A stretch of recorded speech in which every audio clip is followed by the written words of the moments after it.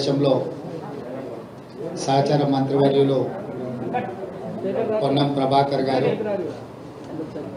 సోదరిమణి మంత్రివర్యులు కొండా సురేఖ గారు,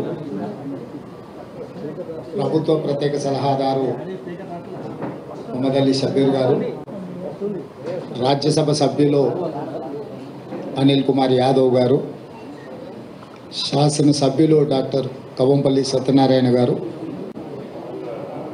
ముఖ్యమంత్రి ప్రత్యేక సలహాదారులు వేం నరేందర్ రెడ్డి గారు, మిత్రుడు ఏఐసిసి సెక్రటరీ సంపత్ కుమార్ గారు, డాక్టర్ రోహిన్ రెడ్డి ఖైరతాబాద్ అధ్యక్షులు ఈ పత్రికా సమావేశంలో పాల్గొనడం జరిగింది.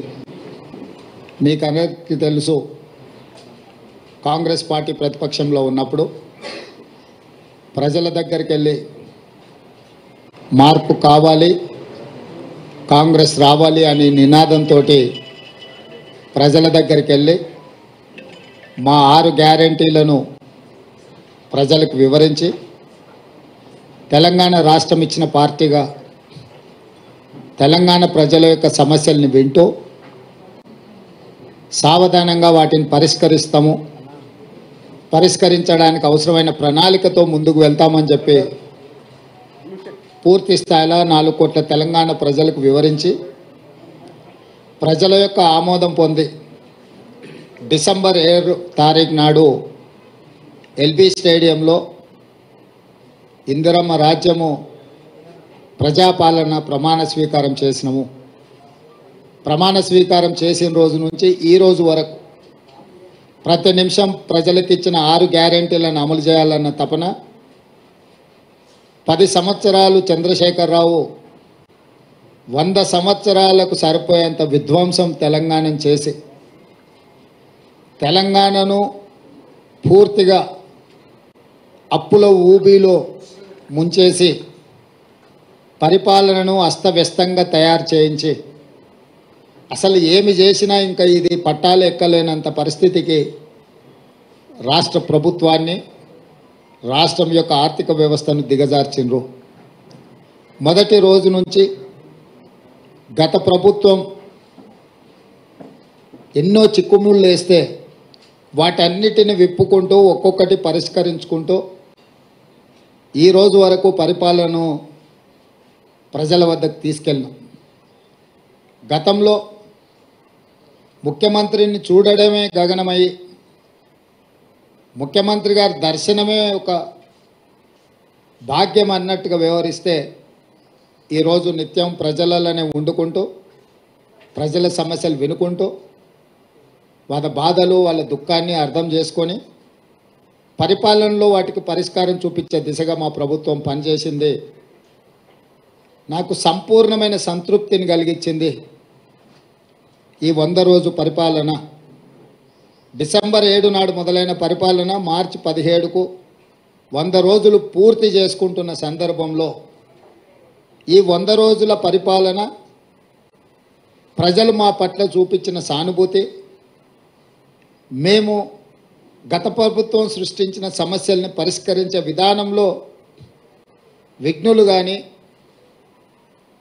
తెలంగాణలో ఉన్న కవులు కళాకారుల నుంచి మొదలు పెడితే ప్రతి ఒక్కరూ మాతో పంచుకుంటున్న విషయాలను దృష్టిలో పెట్టుకొని నాకు సంపూర్ణమైన సంతృప్తి కలిగించింది 100 రోజుల పరిపాలన. కానీ 100 రోజుల పరిపాలనతో సమస్యలన్నీ పరిష్కారమైనవని మేము భావించడం లేదు. ఇంకా బాధ్యతతో ఇచ్చిన 6 గ్యారెంటీలలో మిగిలిన హామీలను కూడా అమలు చేస్తూ రాష్ట్రంలో ఉన్న ఎన్నో అపరిష్కృతమైన సమస్యల్ని పరిష్కరించుకుంటూ ముందుకు వెళ్తూ అధికారం చేపట్టిన 48 గంటల్లోనే ఆర్టీసీ బస్సుల్లో ఆడబిడ్డలకు ఉచిత ప్రయాణము కల్పించి ఈ రోజుకు దాదాపుగా 26 కోట్ల మహిళలు ఉచితంగా బస్సు ప్రయాణాన్ని వినియోగించుకున్నారు. రాజీవ్ ఆరోగ్యశ్రీ ద్వారా 10 లక్షల రూపాయలు ఉచిత వైద్యానికి కాంగ్రెస్ పార్టీ ఏర్పాటు చేసింది. ఇదే కాకుండా మహిళలకు ఇచ్చిన మాట ప్రకారం 500 రూపాయలకు సిలిండరు అమలు చేసినాం. ఈ రోజు వరకు దాదాపుగా 8 లక్షల మంది మహిళలు ఇప్పటికే 500 రూపాయలకు సిలిండర్ కొనుగోలు చేయడం జరిగింది. వాళ్లకు నగదు బదిలీ చేయడం జరిగింది. అదేవిధంగా 200 యూనిట్ల వరకు ప్రతి ఇంటికి ఉచితంగా ఇచ్చే విద్యుత్తు జీరో బిల్లులు ఇప్పటికి దాదాపుగా 37 లక్షల మందికి ఉచిత బిల్లులు జీరో బిల్లులు చేరవేయడం జరిగింది. మిగతావి కూడా 7 జిల్లాలలో మహబూబ్ నగర్ లోకల్ బాడీ సంస్థలో ఎన్నికలు రావడంతో ఎన్నికల కోడ్తోని ఎన్నికల అధికారులు జీరో బిల్లులు అక్కడ ప్రజలకు ఇవ్వడానికి నిబంధనలు అడ్డు రావడంతో వాళ్ళకి అది అందుబాటులోకి రాలేదు. మొన్నటికి మొన్న ఖమ్మంలో ఇందిరమ్మ ఇండ్లు 4.5 లక్షల ఇండ్లు ప్రతి నియోజకవర్గంలో 3,500లతో ఇవ్వడమే కాకుండా 22,500 కోట్ల రూపాయలతోని ఇందిరమ్మ ఇండ్ల నిర్మాణ కార్యక్రమాన్ని కూడా లాంఛనంగా ప్రారంభించుకున్నాము. ఇదే కాకుండా 3 నెలల్లో 30,000 ఉద్యోగాలు పారామెడికల్ సిబ్బంది కావచ్చు, పోలీసు సిబ్బంది కావచ్చు, ఎక్సైజ్ సిబ్బంది కావచ్చు, ఫైర్ స్టేషన్కి సంబంధించిన వాళ్ళు కావచ్చు, గురుకుల టీచర్లు కావచ్చు, సింగరేణి ఉద్యోగులు కావచ్చు, రకరకాల శాఖలలో 30,000 ఉద్యోగాలు 3 నెలల్లోనే చేపట్టి ఒక చరిత్రను సృష్టించింది మా ప్రభుత్వము. తెలంగాణ పబ్లిక్ సర్వీస్ కమిషన్ను లోపభూయిష్టంగా తయారు చేసి అవినీతికి ఒక అడ్డాగా మారుస్తే ప్రక్షాళన చేసి పబ్లిక్ సర్వీస్ కమిషన్ నూతన కమిషన్ నియమించడమే కాకుండా గ్రూప్ 1 ఇతర ఉద్యోగ నోటిఫికేషన్లు కూడా ప్రకటించి నిరుద్యోగ యువకులకు ఒక విశ్వాసాన్ని నమ్మకాన్ని కలిగించే ప్రయత్నం చేసినాము. పన్ను ఎగవేతదారుల మీద కూడా కఠినంగా వ్యవహరిస్తూ ప్రభుత్వానికి రావాల్సిన రాబడులు ఆదాయాన్ని స్థిరీకరించుకుంటూ ప్రభుత్వ ఉద్యోగులకు జీతాలు ఇవ్వలేని పరిస్థితి, పెన్షనర్స్కి ఎప్పుడు పెన్షన్ వస్తుందో తెలియని పరిస్థితి నుంచి ప్రతి నెల 1వ తారీఖు నాడు ప్రభుత్వ ఉద్యోగుల ఖాతాలలో జీతాలు వేసి పెన్షన్దారులకు కూడా వాళ్ళ పెన్షన్ సరైన సమయంలో 1వ తారీఖు నాడే వచ్చే విధంగా మా ప్రభుత్వం చర్యలు చేపట్టింది. మీరందరూ కళ్ళారా చూస్తున్నారు. ఇట్లా చాలా విషయాలలో పారదర్శకంగా ప్రజల దగ్గరికి వెళ్ళి ఒకప్పుడు నిషేధిత ప్రాంతంగా ఉండేది ఆనాటి ప్రగతి భవన్, ఈనాటి ప్రజాభవన్. ఈరోజు వేలాది మంది ప్రజలు ఎప్పుడైనా స్వేచ్ఛగా అక్కడికి వచ్చి తమ సమస్యలు చెప్పుకుంటే వినడానికి ప్రభుత్వం ఉన్నది, పరిష్కరించడానికి ప్రయత్నం చేస్తుందనే విశ్వాసం తెలంగాణ ప్రజలకు కల్పించడం జరిగింది. అది నిరంతర ప్రక్రియ. సచివాలయం ఒకప్పుడు అదేదో నిషేధిత ప్రాంతం, అది కేవలం కొంతమంది దొరలకు వాళ్ళ వంది మాగదులకు మాత్రమే అందులోకి అనుమతి, తెలంగాణ ప్రజలకు అందులో అనుమతి ఇచ్చేది లేదు, వాళ్ళను రానిచ్చేది లేదు అని ప్రభుత్వం నిషేధపు ఆజ్ఞలు విధిస్తే స్వేచ్ఛనిచ్చి ఎవరైనా రావచ్చు, ఇది మీది, డాక్టర్ బాబాసాహెబ్ అంబేద్కర్ సచివాలయం అంటే ఆయన వారసులు ఎవరైనా అందులోకి రావచ్చు, మంత్రులను కలవచ్చు, అధికారులను అడగొచ్చు, మీరు స్వేచ్ఛగా, ఇది మీ ప్రభుత్వం, మీ ప్రభుత్వంలో ఉన్న ప్రజాప్రతినిధులు ముఖ్యమంత్రి నుంచి మంత్రుల వరకు అధికారులు పాలకులు కాదు, సేవకులు, మీకు సేవ చేయడానికి మేము ఇక్కడ సిద్ధంగా ఉన్నాం, మీరు రాండి, మీ సమస్యలు చెప్పుకోండి అని సచివాలయానికి వచ్చే స్వేచ్ఛను మా ప్రభుత్వం ఇచ్చింది. ఒకనాడు ఉద్యమాల ద్వారా తెలంగాణను సాధించినమన్న బీఆర్ఎస్ పార్టీ అధికారంలోకి వచ్చినంబడే ధర్నా చౌకును మూత వేసి ఈ తెలంగాణ ప్రజలకు స్వేచ్ఛ లేదు, మిమ్మల్ని నిషేధిస్తాం, నియంత్రిస్తాం, నిర్బంధిస్తాం, మీరు మా చెప్పు చేతుల్లో కట్టు బానిసలుగా ఉండాలి అని శాసించి పాలించాలి అని అనుకుంటే మేము వచ్చిన తర్వాత అదే ధర్నా చౌకును తెరిచి స్వేచ్ఛగా బీఆర్ఎస్ నాయకులు ధర్నా చేసుకోవడానికి కూడా అనుమతి ఇచ్చి గతంలో వాళ్ళు చేసిన పాపాలను దీక్షల ద్వారా కొంతైనా కడుక్కుంటారు, ప్రజాస్వామ్యంలో ప్రతిపక్షాలు ప్రజా సమస్యల్ని ప్రస్తావించాలి, వాటిని మా ప్రభుత్వం పరిష్కరించాలన్న స్ఫూర్తితోని టీఆర్ఎస్ నాయకులను కూడా స్వేచ్ఛగా ధర్నా చౌక్లో ధర్నాలు చేసుకోవడానికి తెలంగాణ ప్రజలకు స్వేచ్ఛ ఇచ్చినాం. అదేవిధంగా పౌర హక్కుల సంఘాల నుంచి ప్రజా హక్కుల సంఘాల వరకు, లేకపోతే వివిధ సంస్థలు ప్రజల కోసం నిరంతరం పనిచేసే వాళ్ళను సచివాలయానికి పిలిచి ముఖ్యమంత్రిగా నేనే స్వయంగా ఆ సంఘాలతోని సంస్థలతోటి సంప్రదించి ప్రజల యొక్క హక్కులకు భంగం కలిగించే నిర్ణయాలు అవి ఏవైనా వాటిని పరిష్కరించే విధంగా వాళ్ళందరితో కూడా కూర్చొని మాట్లాడుకోవడం జరిగింది. ఇంకొక పక్కన క్రిస్టియన్ మత సంఘాలకు, ముస్లిం మత సంఘాలకు, హిందువులకు సంబంధించిన సంఘాలను స్వేచ్ఛగా వాళ్ళ యొక్క నమ్మకం, విశ్వాసమైన వాళ్ళ మతాలకు సంబంధించిన అంశాలను, అందులో పేరుకుపోయిన సమస్యలను పరిష్కరించడానికి వాళ్ళతోనే సచివాలయంలో ముఖ్యమంత్రిగా మా మంత్రులు, మా సహచరులతో వాళ్ళతో కూర్చొని మాట్లాడి ఈరోజు వాళ్ళని అందరినీ కూడా, ఇది ప్రభుత్వం అందరిది, ఆనాడు మార్పు కావాలి, కాంగ్రెస్ రావాలి అన్న ఆలోచనతోటి ఏదైతే ప్రజల దగ్గరికి వెళ్ళినామో మార్పు మొదలైంది. మార్పు వేగంగా ప్రయాణిస్తుంది. మార్పు మారుమూల తండాలలో, గూడాలలో, పల్లెల్లోకి చేరుతుంది. చేరింది అన్న విశ్వాసాన్ని ప్రజలకు కల్పించే విధంగా మా ప్రభుత్వం పనిచేస్తుంది. పాత్రికేయ మిత్రులకు సంబంధించిన సమస్యల్ని కూడా వాళ్ళ సంఘాలను కూడా పిలిచి వాళ్ళతో కూడా మాట్లాడడం జరిగింది. అందుకోసమే వాళ్ళకు సంబంధించిన చాలా కాలంగా అపరిష్కృతంగా ఉన్న సమస్యల్ని పరిష్కరించడానికి కూడా ఒక కార్యాచరణను తీసుకోవడం జరిగింది. స్థూలంగా ఈ 100 రోజుల్లో తెలంగాణ సమాజంలో భాగస్వాములైన ప్రతి ఒక్కరిని సచివాలయానికి వచ్చి రాష్ట్ర పరిపాలన ఎక్కడి నుంచి అయితే నిర్ణయాలు జరుగుతాయో అక్కడ వాళ్ళని రప్పించి రావడానికి అనుమతించి వాళ్ళందరితో కలిసి మాట్లాడి వాళ్ళు లేవనెత్తిన ప్రతి అంశాన్ని చట్ట పరిధిలో పరిష్కరించడానికి సంపూర్ణంగా ప్రయత్నం చేసినాము. ఇదే కాదు, రాష్ట్ర కేంద్ర ప్రభుత్వాల మధ్యలో ఉండాల్సిన సత్సంబంధాలను పునరుద్ధరించి దీర్ఘకాలికంగా స్కైవేస్ కావచ్చు, ఫ్లైఓవర్లు కావచ్చు, రోడ్లకు సంబంధించి కేంద్రం ఇవ్వాల్సిన అనుమతులకు సంబంధించి ఢిల్లీలో ఉండే ఆంధ్రప్రదేశ్ భవన్, తెలంగాణ భవన్ ఆస్తుల పంపకాలకు సంబంధించి వీటన్నిటిని కూడా ఒకటొకటిగా పరిష్కరించుకుంటూ ప్రధానమంత్రిని, కేంద్ర హోంమంత్రిని, సాగునీటి పారుదల శాఖ మంత్రిని, అర్బన్ డెవలప్మెంట్ మినిస్టర్తో సహా శాఖలకు సంబంధించిన అందరి మంత్రులను కలిసి తెలంగాణకు రావాల్సిన నిధులను, తెలంగాణ రాష్ట్రం యొక్క హక్కులను కేంద్ర ప్రభుత్వంతో కూడా పరిష్కరించడానికి ప్రయత్నం చేసినాం.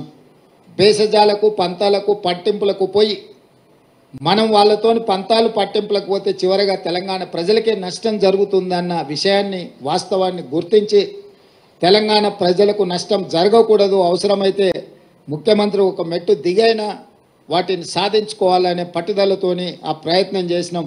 కేంద్ర ప్రభుత్వం కూడా చాలా విషయాలలో సానుకూలంగా స్పందించింది. ఈరోజు మెట్రో రైలుకు సంబంధించి, పాలమూరు రంగారెడ్డి ఎత్తిపోతల జాతీయ ప్రాజెక్టుకు సంబంధించి, ఇతర రైల్వే ఏర్పాట్ల గురించి కానీ, జాతీయ రహదారుల విషయంలో కానీ కేంద్ర ప్రభుత్వంతో నిరంతరం సంప్రదింపులు చేపడుతున్నాము. ఎందుకంటే ఇవన్నీ కూడా రాష్ట్రానికి రావాల్సిన హక్కులు. ఇది ఎవరి దయాదాక్షిణ్యం కాదు. 2 ప్రభుత్వాల మధ్యలో సత్సంబంధాలు ఉండాలి అని మా ప్రభుత్వం మొదటి నుంచి భావించింది. అందుకే రాజ్యాంగబద్ధంగా ఎన్నికైన ప్రభుత్వాలతో సరైన సత్సంబంధాలను నెలకొల్పడానికి కృషి చేస్తున్నాం. పక్క రాష్ట్రాలతో కూడా గిల్లి కజ్జాలు పెట్టుకోవడం లేదు. ఆంధ్రప్రదేశ్ రాష్ట్రంతో ఉన్న కూడా అపరిష్కృతంగా ఉన్న విభజన హామీలను కూడా, విభజనలో చిక్కుముళ్ళు పడ్డ వాటిని కూడా పరిష్కరించడానికి సంప్రదింపులను కొనసాగిస్తున్నాం. అందులో భాగంగానే ఢిల్లీలో ఉన్న ఆంధ్రప్రదేశ్ భవన్లో మన 42% వాటాల్ని మనము పరిష్కరించుకున్నాం. ఈరోజే మనకు ఆ కేంద్ర ప్రభుత్వం కూడా నోటిఫై చేసింది, మీ దృష్టికి వచ్చి ఉండొచ్చు. అదేవిధంగా తెలంగాణ అంటే టీఎస్ కాదు, టీఆర్ఎస్కు నకలుగా మారుస్తే దాన్ని టీజీగా మార్చినాము. తెలంగాణ రాష్ట్ర గీతంగా జయ జయ హే తెలంగాణను ఆమోదించుకున్నాము. తెలంగాణ యొక్క తల్లి అని అంటే తెలంగాణ ప్రజలకు స్ఫూర్తి నింపే విధంగా ఉండాలి అని చెప్పి కవులను, కళాకారులను సంప్రదించాలన్న నిర్ణయం తీసుకున్నాము. తెలంగాణ రాష్ట్ర అధికారిక చిహ్నాన్ని కూడా పోరాటానికి స్ఫూర్తిగా, త్యాగాలకు నిలవుగా ఉండాలి అని చెప్పి దీని మీద కూడా మార్పు కోసం ఒక కమిటీని వేయడం ద్వారా ఈ అన్ని కూడా చర్యలు చేపట్టాలని మా ప్రభుత్వం తీసుకున్నది. అంటే ఒక పక్కన భాషాపరంగా, తెలంగాణ సంస్కృతి పరంగా, తెలంగాణ ప్రజల యొక్క మనోభావాలను గౌరవించుకుంటూ, అదేవిధంగా పరిపాలనను కూడా నూతన సాంకేతిక విధానంతో ముందుకు వెళ్ళి హైదరాబాద్లో మెట్రో రైలు మూసి రివర్ ఫ్రంట్ను హైదరాబాదు నగరానికి రావాల్సిన తేవాల్సిన తాగునీటి జలాల విషయంలో కూడా ఒక స్పష్టమైన కార్యాచరణతోని, అదేవిధంగా సాగునీటి ప్రాజెక్టులు ఏ ఒక్కటి కూడా తెలంగాణ వచ్చినాక పూర్తి కాలేదు. ఉమ్మడి రాష్ట్రంలో మొదలైన ప్రాజెక్టులు కావచ్చు, తెలంగాణ రాష్ట్రంలో వచ్చినాక కేసీఆర్ పిలిచిన ప్రాజెక్టులు కావచ్చు, ఒక్కటి కూడా పూర్తి కాలేదు. వాటిని పూర్తి చేయడానికి కూడా ఒక మంచి కార్యాచరణను తీసుకొని మేము ముందుకు వెళ్తున్నాము. మా సహచర మంత్రులందరూ కూడా బాధ్యతాయుతంగా రోజుకు 18 గంటలు పనిచేస్తూ ఈ ప్రభుత్వానికి, తెలంగాణ రాష్ట్ర ప్రజలకు మంచి పేరు, తెలంగాణ మోడల్ని ఇదొక వైబ్రెంట్ తెలంగాణ అని నిరూపించే విధంగా ఈరోజు మా సహచర మంత్రులందరూ కష్టపడి పనిచేస్తున్నారు. మనస్ఫూర్తిగా సహచర మంత్రులను కూడా నేను అభినందిస్తున్నా. మా శాసనసభ్యులు కూడా ఎక్కడికక్కడ ప్రజలతో మమేకమై ప్రజల దగ్గరికి వెళ్ళి ఆర్భాటాలు హంగులు లేకుండా, పోలీసు సైరన్లు లేకపోతే ముందల వెనకాల బార్లు తీరిన కార్లు కాకుండా మేము ప్రజలలో మమేకమవుతాం, ప్రజలు ఎన్నుకుంటేనే మేము ఈ స్థాయికి వచ్చినామని మా శాసనసభ్యులు కూడా ఒక బాధ్యతతో వ్యవహరించడం, ఇవన్నీ కూడా మాకు సంతృప్తినిచ్చింది. వీటన్నిటిని దృష్టిలో పెట్టుకొని 100 రోజులు సహకరించిన మీడియా మిత్రులకు, అదేవిధంగా తెలంగాణ సమాజానికి మనస్ఫూర్తిగా వారికి కృతజ్ఞతలు, ధన్యవాదాలు. పిసిసి అధ్యక్షుడిగా, అదేవిధంగా తెలంగాణ రాష్ట్ర ముఖ్యమంత్రిగా వాళ్ళందరికీ కృతజ్ఞతలు తెలియజేస్తున్నా. మీడియా మిత్రులకు కూడా ధన్యవాదాలు. కొంత సంవయనం పాటించి మీరందరూ కూడా తెలంగాణ ప్రజలకు కావలసిన విషయాలను ముందుకు తీసుకొస్తున్నారు. మీరు కూడా భవిష్యత్తులో ఇదే విధంగా సహకరించాలి. తెలంగాణ రాష్ట్రాన్ని అభివృద్ధి పదం వైపు తీసుకువెళ్దాం. 10 సంవత్సరాల్లో జరిగిన నష్టాన్ని, వచ్చిన కష్టాన్ని మనం ఎదుర్కొని నిలబడి దేశం ముందు వైబ్రెంట్ తెలంగాణను మనం నిలబెడదాం. ఈ తెలంగాణకు ఒక మెగా మాస్టర్ ప్లాన్ తయారు చేస్తున్నాం, వైబ్రెంట్ తెలంగాణ 2050. దాంట్లో భాగంగా మీ అందరి సలహాలు సూచనల కోసం ఎన్నికలు ముగిసిన వెంటనే సంప్రదింపుల ప్రక్రియ మొదలుపెట్టి ఒక మంచి ప్రణాళికను 2050 కోసం తెలంగాణ అభివృద్ధిని, తెలంగాణ సంక్షేమాన్ని ముందుకు తీసుకెళ్లడానికి మా ప్రభుత్వం వస్తుంది అని చెప్పి మీకు అందరికీ తెలియజేస్తున్నాను.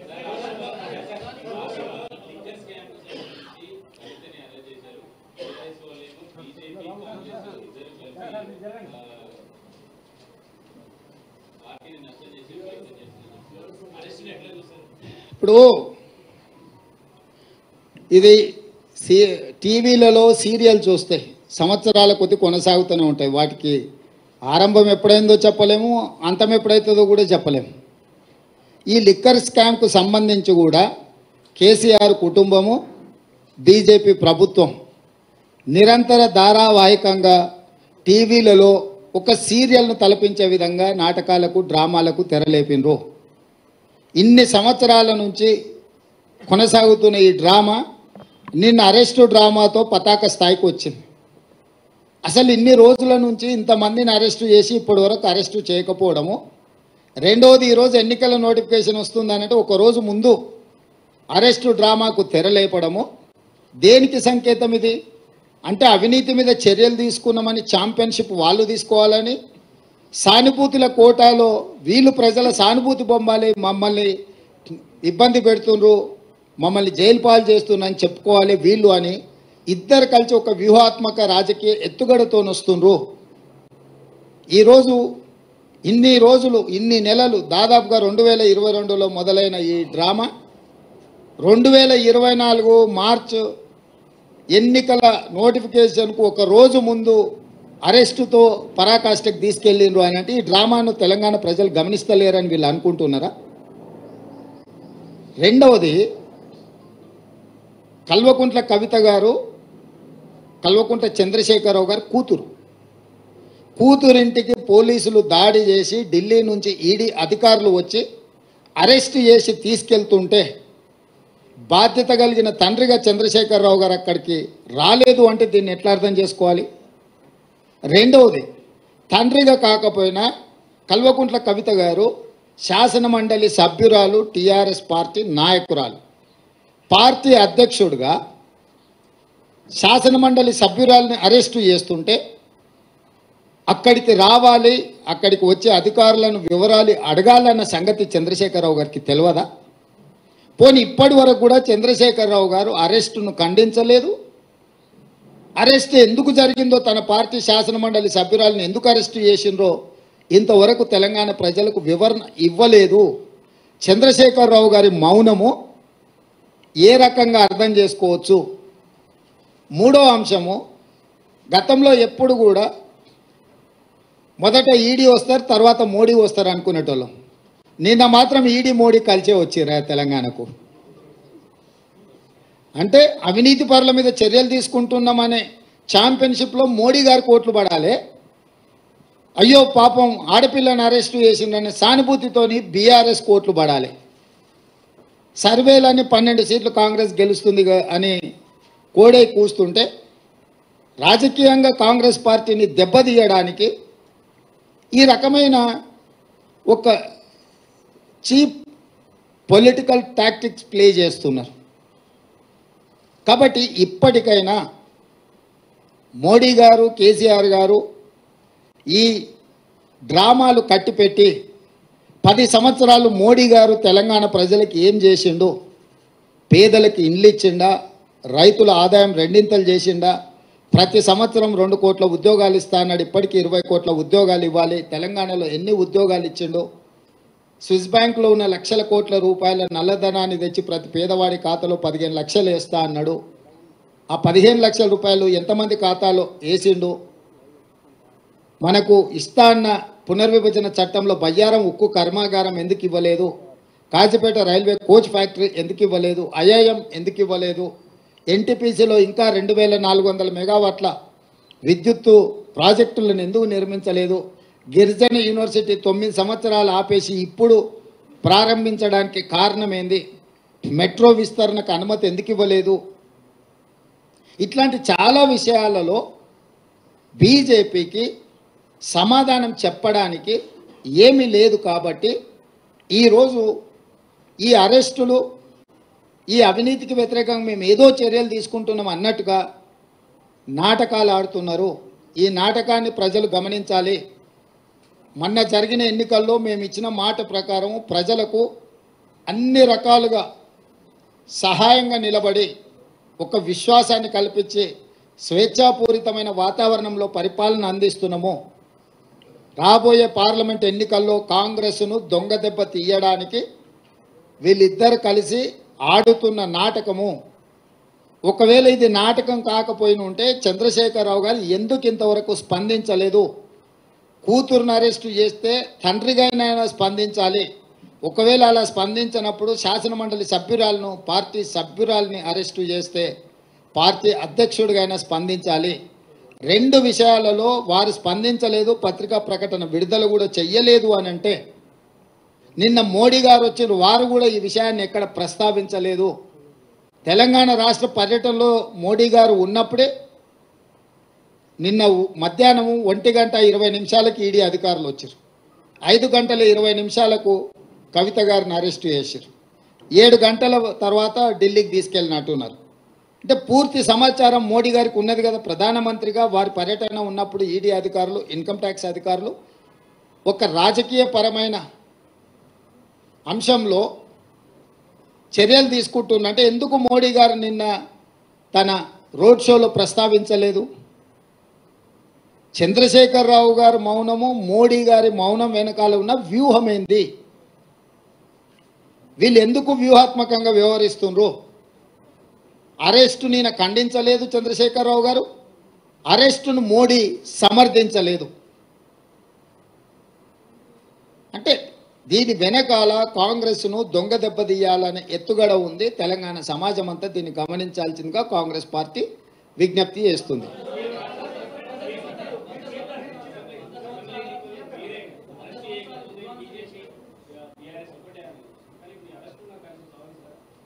నేను అరెస్టును సందర్భం, ఇద్దరు నాయకుల యొక్క స్పందన రావాలి.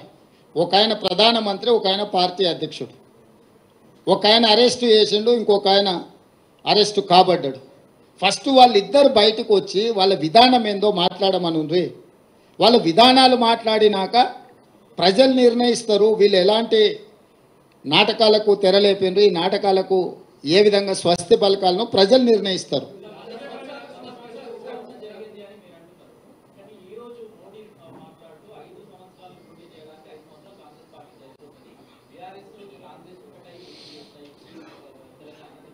ఇప్పుడు నేనేమంటున్నానంటే 10 సంవత్సరాలు ప్రధానమంత్రిగా ఉన్న మోడీ గారు ఇట్లాంటి చౌకబారు ప్రకటనలు చేయడం వారి స్థాయికి తగదు. వారు 12-13 సంవత్సరాలు ముఖ్యమంత్రిగా ఉన్నారు, 10 సంవత్సరాలు ప్రధానమంత్రిగా ఉన్నారు.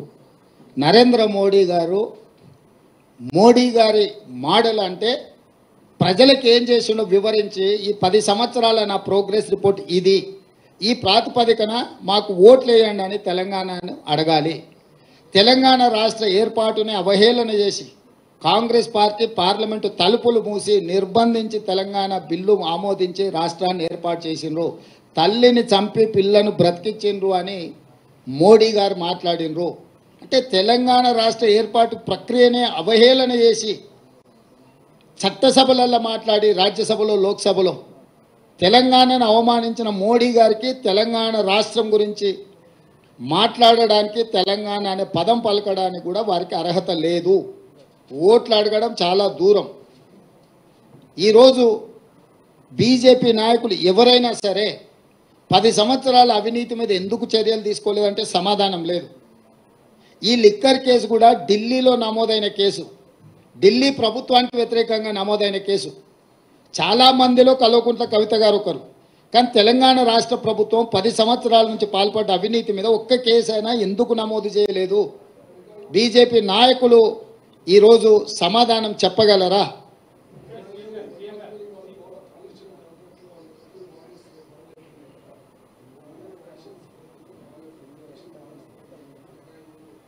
అవును.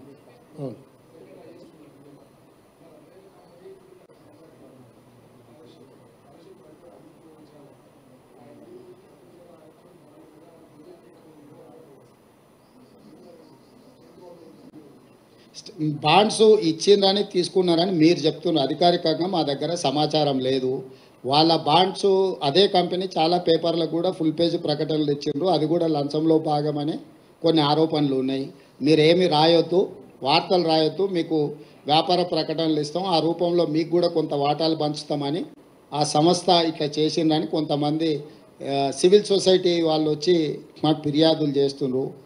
ఈరోజు కాళేశ్వరంకి సంబంధించి జ్యుడిషియల్ ఎంక్వైరీ చేసినాం, 2 జడ్జిలను అపాయింట్ చేసినాం. ఒకటి విద్యుత్తు, 2 సాగునీటి. అదేవిధంగా ఎన్డీఎస్ఏ కూడా కంప్లీట్గా అథారిటీ ఇచ్చినాం. సాంకేతికపరమైన నిర్మాణంలో జరిగిన లోపాల మీద నివేదిక రావాలని. ఆ నివేదికలు వచ్చిన తర్వాత ప్రభుత్వం తదుపరి చర్యలు తీసుకుంటుంది. ఈ దేశము పట్టపగలు అర్ధరాత్రి పూట ముంబైలో AK-47 పెట్టి దేశ ప్రజల్ని కాల్చి చంపినా కూడా కసబును కూడా ఉరేయాలంటే ఒక చట్టబద్ధమైన విచారణ చేసిండ్రు. ఈ దేశంలో విచారణ చేయకుండా శిక్షలు విధించే విధానం లేదు. ఎవరైనా అట్లా చేస్తే తప్పిదం అవుతుంది. మేము ఆల్రెడీ ఎవరెవరి మీద ఏం చర్యలు తీసుకుంటున్నాము, ఏం విచారణకు ఆదేశించినాము మీకు వార్తలు వస్తూనే ఉన్నాయి, మీరు చూసే ఉంటారు. ఏదైనా కాంగ్రెస్ పార్టీ మా ప్రభుత్వం కక్షా సాధింపు చర్యలకు పాల్పడదు. అదే సమయంలో అక్రమాలకు పాల్పడిన వాళ్ళని ఎవరిని మినహాయింపు ఇవ్వదు. చట్ట పరిధిలో విచారణ చేసి చర్యలు తీసుకుంటాము.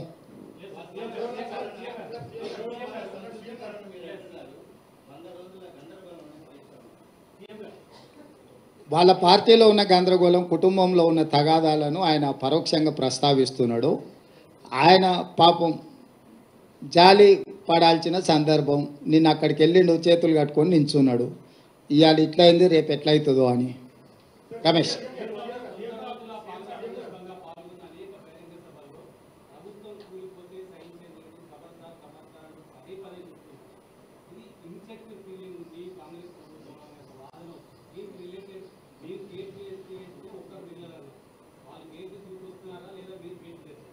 ఇప్పుడు నేను ప్రభుత్వం విషయంలో మొట్టమొదట బీఆర్ఎస్ నాయకులు ఇది 3 నెలలు కూడా మనుగడ సాధించారు, మేము పడగొడతామని బీఆర్ఎస్ వాళ్ళు చెప్పారు.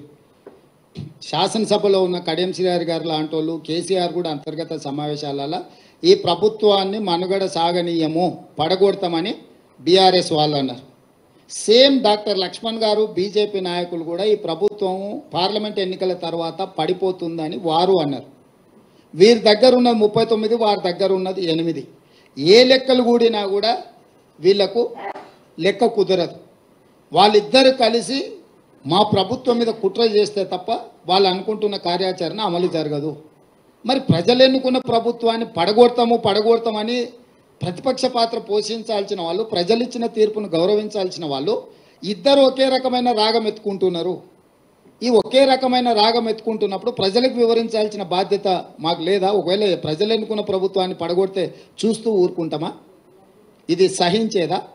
రెండవది, చాలామంది శాసనసభ్యులు నన్ను వచ్చి కలుస్తున్నారు కదా, నియోజకవర్గాల అభివృద్ధి కోసం వచ్చినప్పుడు వాళ్ళతో యథాలాపంగానో పిచ్చాపాటో లేకపోతే పరిస్థితుల మీద మేము చర్చ చేస్తాం కదా, వాళ్ళు కూడా మాట్లాడతారు కదా. వాళ్ళు స్పష్టంగా చెప్తున్నారు, సార్ మా వాళ్ళు కూడా మనము బీజేపీ కలిసిపోతున్నాం, ఎన్నికల తర్వాత మన ప్రభుత్వం వచ్చేస్తుంది, మీరెవ్వరు చింతించకండి, మళ్ళీ మనదే అధికారం అని కొంతమందికి ఆల్రెడీ మంత్రి పదవులు కూడా హామీలు ఇచ్చేస్తున్నారు. వాళ్ళు చెప్తున్నారు అని వీళ్ళకు పైత్యం ముదిరింది సార్. అట్లాంటి పరిస్థితి ఏదైనా వస్తే మేమంతా సిద్ధంగా ఉన్నాం ఈ ప్రభుత్వాన్ని నిలబెట్టడానికి. ఇన్నాళ్లకు ముఖ్యమంత్రి శాసనసభ్యులను కలిసి నియోజకవర్గ సమస్యలు వింటున్నాడు. మేము అందులో ఉన్న 10 ఏళ్ళలో మేము ఎన్నడూ చూసిందే లేదు సార్, నువ్వు టీవీలలో తప్ప మా బాధ మా గోడు విన్నదే లేదు. ఈ మాత్రం స్వేచ్ఛ ఉంటే స్వేచ్ఛ ఉన్న ప్రభుత్వాన్ని మళ్ళీ వదులుకొని నిర్బంధాలు తెచ్చుకుంటామా సార్? నువ్వు ఎప్పుడు చెప్తే అప్పుడు వచ్చి మీకు అండగా నిలబడతాను సార్, మీ పక్కన నిలబడతావు, నువ్వు ఎట్లా చెప్తే అట్లా అని ఎమ్మెల్యేలు నాకు చెప్తున్నారు కదా. నేను అందుకే చెప్పిన, నిజంగానే ఆ పరిస్థితి ఉత్పన్నమైతే ఒక్కసారిగా మేము నిర్ణయించుకుంటే ఇక ఆ 3 4 తప్ప 5వ మనిషి వాళ్ళకి మిగిలడు. కాబట్టి ఇప్పటికైనా ఇట్లాంటి అతి తెలివితేటలు ఇంకా మానేయాలి. మేము ప్రజలు ఇచ్చిన తీర్పును గౌరవించి ఒక మంచి పరిపాలన అందించాలని పాలన మీద మాత్రమే దృష్టి పెట్టినాము. పార్టీ ఫిరాయింపులను కానీ కక్ష సాధింపులను కానీ మేము చేపట్టాలని అనుకోలేదు. అందుకే వచ్చిన మొదటి రోజు నుంచి రోజుకు 18 గంటలు మేము, మా మంత్రులు, మా ఎమ్మెల్యేలు ప్రజలకు అందుబాటులో ఉండి ఒక మంచి పరిపాలన, తెలంగాణ మోడల్, వైబ్రెంట్ తెలంగాణ దేశ ప్రజలకు చూపించాలనే ప్రయత్నం చేస్తున్నాము. కానీ ఒకవేళ ప్రభుత్వాన్ని పడగొట్టే పోటీ వాళ్ళు పెట్టిండ్రు అనుకో, దాన్ని నిలబెట్టే ప్రయత్నం కూడా మేము చేస్తాం కదా. కాపాడే ప్రయత్నం కొంతమంది చేస్తారు, ఎదుర్కొనే ప్రయత్నం మేము చేస్తాం. దీన్ని నిలబెట్టి వాళ్ళకు గుణపాఠం చెప్పేవాళ్ళు వాళ్ళు ఉంటారు.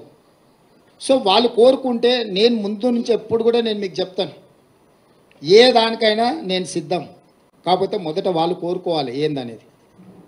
నేను ప్రజలు ఇచ్చిన తీర్పును గౌరవించి చిత్తశుద్ధితోని పరిపాలనను ముందుకు తీసుకెళ్తున్నా. నన్ను నా పని చేయనిస్తే ప్రతిపక్షాలుగా మీ పని మీరు చేసుకోవచ్చు. నాకేదో కాళ్ళలో కట్టబెట్టాలి, ఈ ప్రభుత్వాన్ని పడగొట్టాలనుకుంటే 10 ఏళ్ళు ప్రతిపక్షంలో మిమ్మల్ని దించుతామని చెప్పినాం, దించి చూపించినాం. ఇప్పుడు కూడా మీ ద్వారా స్పష్టంగా చెప్తున్నా, పడగొట్టాలన్న ఆలోచన మీరు చేస్తే మీరు నిద్ర లేచే లోపల మీ పక్కన ఎవడూ ఉండరు, మీరు తొడుక్కున్న బట్టలు కూడా ఉండవు. లేదు చూసుకుంటే ఎమ్మెల్యేల సంగతి చాలా దూరము. అట్లా ఒకవేళ వాళ్ళు కోరుకుంటే నాకు ఏమీ అభ్యంతరం లేదు. మీరు తారీఖు చెప్పండి, పడగొట్టేది ఏందో చెప్పండి, దాని పరిణామాలు ఏందో నేను చెప్తా.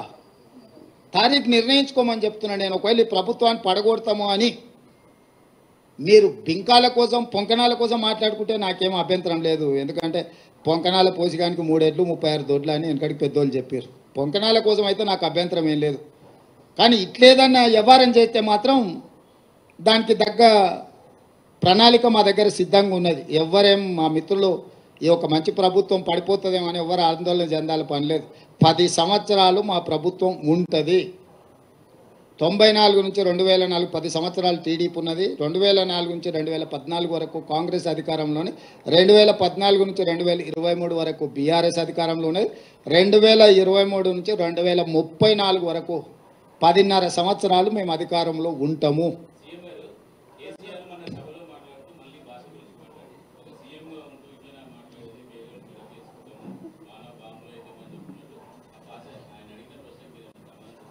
ఇప్పటికన్నా ఆయన జ్ఞానోదయం అయింది. గతంలో ఆయన ఏం మాట్లాడినా ఒకసారి సోషల్ మీడియాలో పెడుతున్నారు, చూసుకోమని. ముఖ్యమంత్రిగా శాసనసభలో ఆనాటి పిసిసి అధ్యక్షుడు ఉత్తమ్ కుమార్ రెడ్డి గారిని ఏం మాట్లాడిండు, బయట ఏం మాట్లాడిండు, సభలలో ఏం మాట్లాడిండు ముఖ్యమంత్రిగా ఒక్కసారి చూడమన్నారు. అంతెందుకు నల్గొండలో సభలో ముఖ్యమంత్రిని పట్టుకొని ఎన్ని మాటలు అన్నాడు మీరు తీయండి. రాష్ట్ర మంత్రిగా, కేంద్ర మంత్రిగా, ముఖ్యమంత్రిగా 40 సంవత్సరాలు సుదీర్ఘమైన అనుభవం ఉన్న చంద్రశేఖరరావు నల్గొండ జిల్లాలో బహిరంగ సభలో ముఖ్యమంత్రిని పట్టుకొని ఎన్ని మాటలు మాట్లాడినా మీకు ఒక్కసారి చూడండి. ఆయన అహంకారము ఇంకా కూడా అనగలేదు.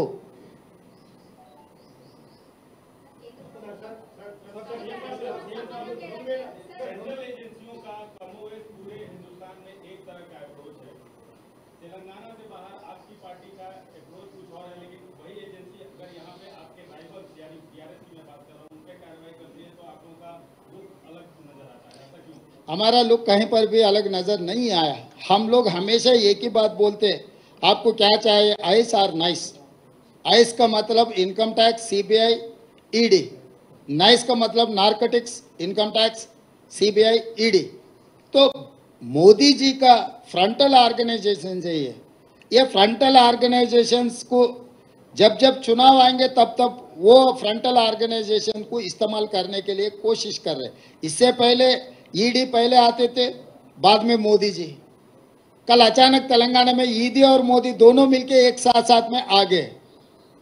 तो ये केस का मामला तेलंगाना से कोई लेना देना नहीं है, दिल्ली से ये केस जुड़ा हुआ है। केजरीवाल सरकार के खिलाफ केस बना है, वो सिलसिले में बहुत सारे लोग अरेस्ट हो गए, उसमें एक 4-5 लोगों को तेलंगाना से भी उठाए। तो इसमें कांग्रेस का जो अप्रोच है मोदी जी सरकार के खिलाफ, तेलंगाना को वही सोच है। हमारा केंद्र अध्यक्ष या हमारा पार्टी नेता लोग जो बोल रहे हैं वही बात हम मदद दे रहे हैं, इसमें कोई फर्क नहीं है। मगर तेलंगाना में जो नाटक चल रहा है ये नाटकबाज बंद करो बोल के हम कह रहे हैं।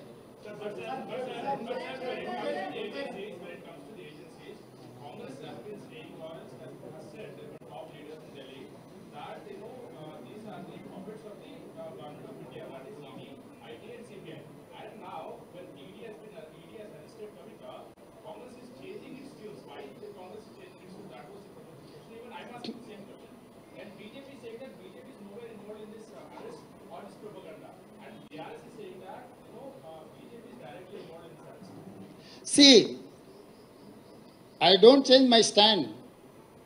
Still I am supporting my party stand. Here in tunes of Modi only they are playing. Just one day before the notification they have arrested Kavita for political benefit for BRS and BJP. They are acting like their frontal organization.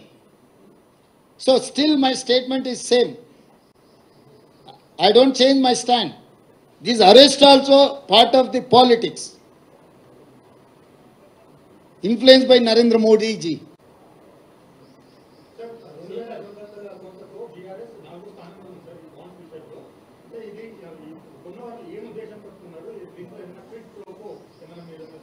అంటే ఏ bonds ఎవరికి ఇచ్చిండ్రో ఆ లెక్క కూడా బయట పెట్టమని supreme court చెప్పింది. Bonds కొనుగోలు చేసిన సంస్థలు, నిధులు తీసుకున్న సంస్థలు ఉన్నాయి. కొనుగోలు చేసింది ఎవరు, ఏ సంస్థలకి బాండ్స్ ఇచ్చిందని తేలినప్పుడు నిర్దిష్టమైన ఆరోపణ చేయొచ్చు. ఆ వివరాలు లేకుండా మనం ఏది మాట్లాడినో గాల్లో మాట్లాడినట్టుగానే ఉంటుంది. కాబట్టి సుప్రీంకోర్టు ఆదేశాలు ఇచ్చింది, మీరు కొనుగోలు చేసిన బాండ్స్ ఎన్ని, ఏ రాజకీయ పార్టీలకు ఇచ్చిండ్రో కూడా మీరు వివరాలు బయట పెట్టాలని చెప్పింది. ఆ వివరాలు వచ్చిన తర్వాత పూర్తి వివరాలతోని కాంగ్రెస్ పార్టీ మాట్లాడుతుంది.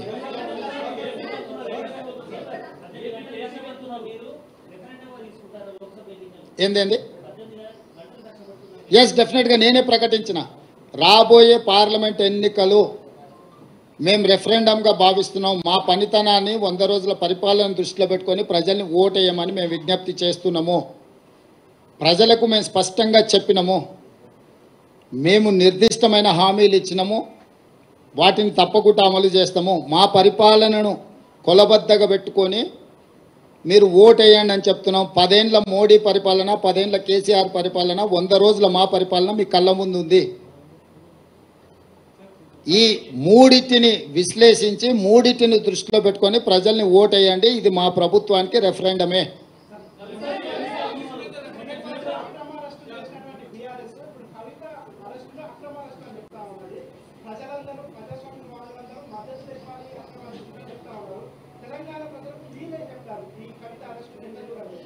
నేను అనేది ఏంటంటే ఇది ఎన్నికల స్టంట్.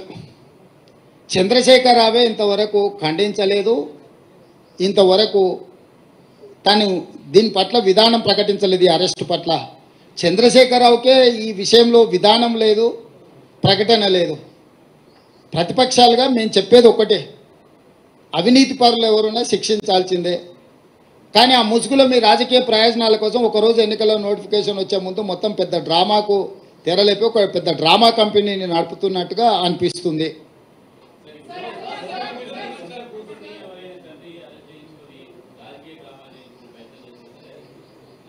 చారి గారు, తండ్రిగా కూతురుని అరెస్ట్ చేస్తుంటే రావాల్సిన బాధ్యత లేదా? ఎందుకు రాలేదు? మీరేం చెప్తారు? ఇక వాళ్ళని ఏం చేస్తాం చెప్పు. వాళ్ళ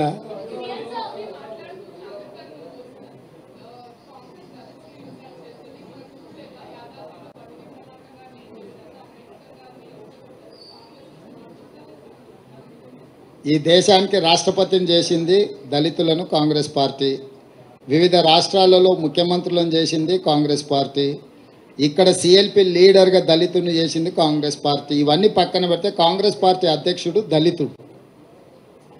సో మాకు దగ్గు నేర్పొద్దు. మోదీ గారికి ఏదైనా ఓట్లు వేయించుకోవాలన్న ఆలోచన ఉంటే ఏదైనా మాట్లాడమనుంది. బంగారు లక్ష్మణ్ కూతుర్ని అవమానించిండ్రు. జాతీయ అధ్యక్షుడిగా పనిచేసి బీజేపీ కుట్ర చేసి ₹1,00,000 లంచం కేసులో పార్టీ అధ్యక్షుడిని ఇరికిచ్చిండ్రు వాళ్ళే. అంటే ఒక దళితుడు వాళ్ళ పార్టీ అధ్యక్షుడు అయితే అతను 3 ఏళ్ళ సమయాన్ని కూడా పూర్తి చేయనీయలే. ఇవాళ వారి కుటుంబాన్ని వీధికి వదిలేసిండ్రు, బంగారు లక్ష్మణ్ గారి కుటుంబాన్ని. ఈ విషయాలన్నీ కూడా మోడీ గారు దృష్టిలో పెట్టుకొని వాటిని కూడా ప్రస్తావిస్తే బాగుంటుంది. టికెట్ కాదు, గౌరవం అన్న నేను. గౌరవం వేరు, టికెట్ వేరు. టికెట్లు పరిస్థితులు పరిణామాలను బట్టి టికెట్లు ఇస్తారు. టికెట్లకు కొలబద్దలేదు. గౌరవం గురించి మాట్లాడుతున్నాం. ఆ కుటుంబానికి జరిగిన అవమానం వాళ్ళ కూతురే వచ్చి ఏం చెప్పిందో నాకు తెలుసు, నేను ఇక్కడ ప్రస్తావించదలుచుకోలేదు. తప్పకుండా బంగారు లక్ష్మణ్ గారు ఒక దళిత నాయకుడు, ఈ ప్రాంతం నుంచి జాతీయ స్థాయికి ఎదిగిన నాయకుడు. వాళ్ళ కుటుంబానికి గౌరవం ఉండాలని మేము కోరుకుంటున్నాము, గౌరవం ఇవ్వాలని కూడా మేము కోరుకుంటున్నాము.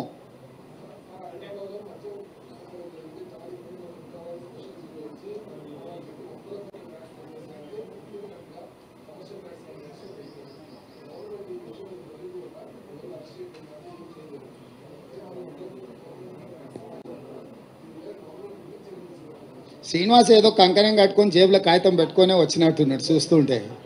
ఏది కూడా అసలు ఆ రేట్ చేసింది మేమే కదా, మా ప్రభుత్వమే కదా. 100 కోట్ల అవినీతి జరిగిందని తేల్చింది మేమే కదా. లెక్కలు తేలకుంటే కనిపించిన వాళ్ళ అరెస్ట్ చేసుకుంటూ పోతాం. అంటే ఇప్పుడు ఉన్న వాళ్ళని అరెస్ట్ చేసి పాత వాళ్ళని విడిచిపెట్టమనే మన ఎజెండా ఉందా నీ దగ్గర? దీని మొత్తం ఆఖరి వరకు లబ్ధిదారుడు కూడా వాని వెనకాల ఉన్నాము, తీగ పట్టుకున్నాము. డొంకంతా కదలాలి, డొంకను మొత్తం కదిలిస్తాం. దాని వెనకాల ఉన్న దొరల్ని నువ్వేమైనా కాపాడి ఇప్పుడు బినామీలను అనామకులను పెట్టి వాళ్ళని అరెస్ట్ చేస్తే అయిపోద్దని అనుకుంటున్నావు. అట్లా లేదు.